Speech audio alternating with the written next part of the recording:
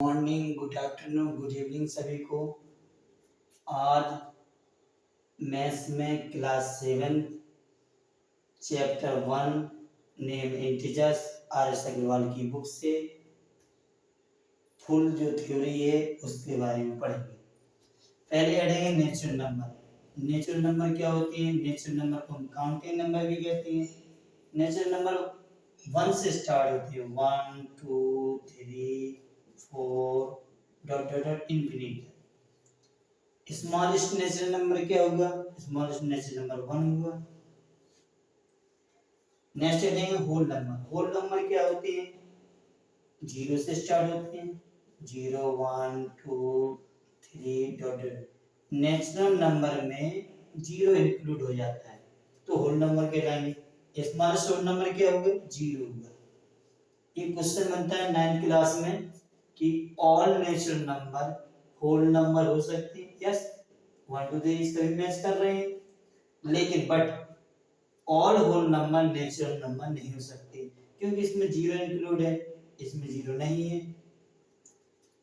Natural number को set के रूप में लिखेंगे तो n ये सेट कहलाएगा। ये w होल नंबर का सेट कहलाएगा। अब आते हैं integers. How many types of integer? Integer को हम 3 टाइप्स का कह सकते हैं। वैसे 2 टाइप्स जनरली, ये 3 टाइप्स भी कह सकते हैं। 3 टाइप्स में एक तो इंटीजर पॉजिटिव इंटीजर होते हैं, इंटीजर को सेट के रूप में z से शो करते हैं।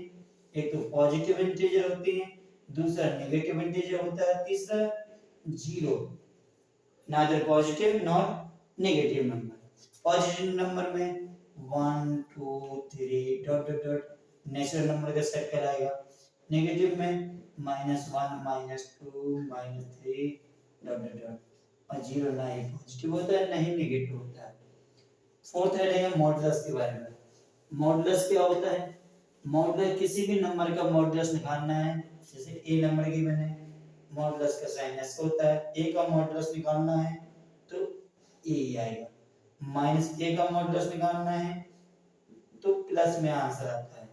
जैसे एग्जांपल -5 का मॉडुलस निकालना है तो +k5, और +5 का निकालना है तो +k5 आएगा। ये मॉडुलस हो गया। अब इसमें जो नेक्स्ट हेडिंग है property of addition of integers. Integers की प्रॉपर्टियां पढ़ेंगे, एडिशन के रूप में, सब्ट्रैक्शन के रूप में, मल्टीप्लाई के रूप में और डिवीजन के रूप में। लास्ट में पढ़ेंगे इंपॉर्टेंट रिजल्ट। एडिशन की बात करते हैं, पहले क्लोजर प्रॉपर्टी होती है। इंटीजर्स के बारे में ए बी हमने 2 इंटीजर्स लिए। इंटीजर पॉजिटिव भी हो सकता है, नेगेटिव भी हो सकता है। क्लोजर प्रॉपर्टी क्या होती है? यदि ए बी बिलोंग कर रहे हैं इंटीजर्स को तो a प्लस बी जो इनका जो सम होगा वो भी क्या बिलोंग करेगा? इंटीजर्स को बिलोंग करेगा, मतलब वो भी इंटीजर्स होगा। जैसे 2 और 3 एग्जांपल लिया, 2 3 क्या है? इंटीजर है, तो 2 + 3 जो 5 आएगा वो भी क्या होगा? इंटीजर होगा। एक क्लोजर प्रॉपर्टी होती है एडिशन के लिए। अब आते हैं कम्यूटेटिव प्रॉपर्टी। कम्यूटेटिव प्रॉपर्टी में क्या होता है? A B belong integers, then a plus b is equal to b plus a। ये कहलाती है कम्यूटेटिव प्रॉपर्टी।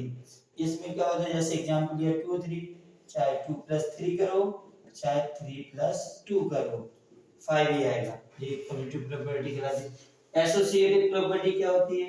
एसोसिएटिव प्रॉपर्टी में a b c यदि बिलोंग कर रहे हैं इंटीजर को तो a plus b ब्रैकेट में b plus c equal to a plus b plus c।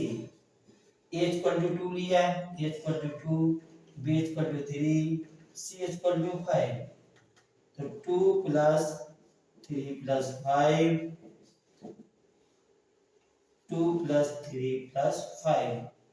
पहले ब्रैकेट को सॉल्व करते हैं बोर्ड मास के तहत। 5 3 8, 2 plus 8 5, 2 + 3 5 + 5 10। दोनों का रिजल्ट कैसा आएगा? सेम आएगा। ये एसोसिएटिव प्रॉपर्टी होती है। अब आते हैं additive identity. Additive identity zero को बोलते हैं, मतलब किसी भी इंटीजर में जीरो को ऐड करेंगे तो वही इंटीजर आएगा, इसलिए जीरो कहलाती है एडिटिव एंट्री। ये हमने इंटीजर्स लिया, ये इंटीजर्स लिया है, ए ही हमको प्राप्त करना है, तो ए में क्या ऐड करेंगे, जीरो। ए में जीरो ऐड करेंगे तो ए हमें प्राप्त हो जाएगा। जैसे एग्जांपल 5 है, 5 में जीरो ऐड किया तो क्या आएगा 5। ये कहलाती है एडिटिव आइडेंटिटी। एडिटिव इनवर्स क्या होता है, एडिटिव इनवर्स होता है कोई ए इंटीजर है, ए मतलब इसमें से ऐसा इंटीजर्स ऐड करें कि जीरो प्राप्त हो, तो प्लस ए है तो इसका एडिटिव इनवर्स क्या कहलाएगा माइनस ए। ए में यदि माइनस ए ऐड करेंगे तो ए का क्या हो जाएगा माइनस ए हो जाएगा, ए में यदि माइनस ए करेंगे कितना आएगा जीरो आएगा। एग्जांपल 5 है, 5 में क्या करेंगे माइनस 5 ऐड करेंगे तो आंसर कितना आएगा जीरो। इसलिए जीरो को बोलते हैं एडिटिव आइडेंटिटी बोलते हैं, लेकिन एडिटिव इनवर्स निकालना है तो 5 का क्या हो जाएगा -5 और -5 का क्या हो जाएगा +5। ये तुम्हारी property of addition of integer होगी। Property of the subtraction of integer, subtraction में एक ही प्रॉपर्टी अलाउ होती है, वो होती है क्लोजर प्रॉपर्टी। क्लोजर प्रॉपर्टी कैसे, यदि a b टू इंटीजर है, बिलोंग टू इंटीजर, ये ऐसे साइन होता है जो बिलोंग टू का होता है, तो a b भी इंटीजर होगा, बिलोंग टू इंटीजर। इस प्रॉपर्टी को शो करता है और कम्यूटेटिव प्रॉपर्टी को नहीं शो करता है। a b not equal to b a नहीं शो करता, एसोसिएटिव को भी शो करता है। अब आते हैं प्रॉपर्टी ऑफ मल्टीप्लिकेशन।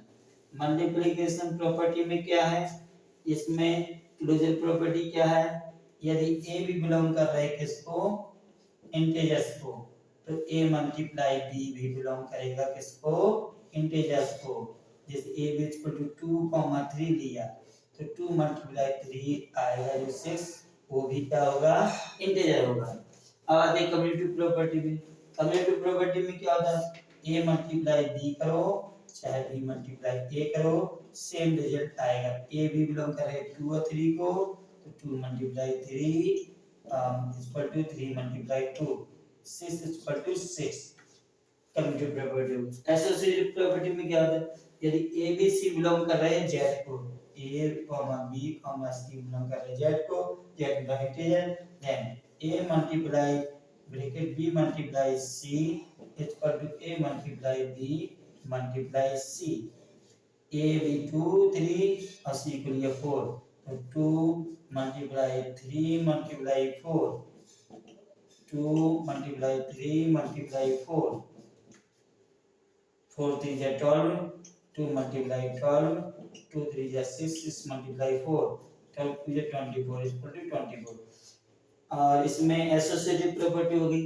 अब आते हैं मल्टीप्लिकेटिव आइडेंटिटी। मल्टीप्लिकेटिव आइडेंटिटी क्या होती है, मल्टीप्लिकेटिव आइडेंटिटी 1 होती है, जैसे एडिटिव आइडेंटिटी 0 होती है, मतलब a में किसका मल्टीप्लाई करेंगे वही a नंबर है, तो a ही आना चाहिए, तो 1 का मल्टीप्लाई कर दो सेम आ जाएगा। तो मल्टीप्लिकेटिव आइडेंटिटी कितनी होती है 1 होती है। जैसे 5 है, 5 में 1 का मल्टीप्लाई करोगे तो कितना आएगा 5, तो 1 को बोलेंगे मल्टीप्लिकेटिव आइडेंटिटी। अब आते हैं मल्टीप्लिकेटिव इनवर्स क्या होता है। मल्टीप्लिकेटिव इनवर्स होता है, जैसे हमने 2 लिया तो 2 का मल्टीप्लिकेटिव इनवर्स क्या हो जाएगा 1/2, मतलब उसमें उसी ऐसी संख्या का मल्टीप्लाई करें कि मल्टीप्लाई करने पर कितना आना चाहिए 1 आना चाहिए, तो 2 1 जा 2। जैसे 3/5 है, 3/5 पे क्या हो जाएगा मल्टीप्लिकेटिव इनवर्स 5/3, या इसी को रेसिप्रोकल बोलते हैं। अब आते हैं डिस्ट्रीब्यूटिव लॉ। मल्टीप्लिकेटिव में डिस्ट्रीब्यूटिव लॉ, एक ऐड के लिए दूसरा सब्ट्रैक्ट के लिए। a b c की बात कर रहे हैं तो a bracket a multiply b plus c, या फिर a multiply b minus c, तो डिस्ट्रीब्यूटिव लॉ क्या हो जाएगा a मल्टीप्लाई b, a का पहले b में मल्टीप्लाई करेंगे फिर a का किस में प्लस लगा के c में, ये हो जाएगा डिस्ट्रीब्यूटिव लॉ। प्लस के लिए माइनस के लिए a multiply b minus a multiply c, ये हो जाएगा distributive law. Property of division, property of division में कोई भी प्रॉपर्टी अलाउ नहीं होती है, क्योंकि a divide by b is not equal to b divide by a। यदि 4 में 2 का डिवाइड करोगे तो नॉट इक्वल टू 2 में 4 को डिवाइड करोगे, इसका तो 2 आया, नॉट इक्वल टू 0.5 इक्वल नहीं, कोई भी प्रॉपर्टी इसमें अलाउ नहीं करती है। अब आते हैं इम्पोर्टेंट रिजल्ट। इम्पोर्टेंट रिजल्ट के बारे में पढ़ना है इस चैप्टर में। इम्पोर्टेंट रिजल्ट क्या है? इम्पोर्टेंट रिजल्ट ये है कि यदि -a का मल्टीप्लाई करना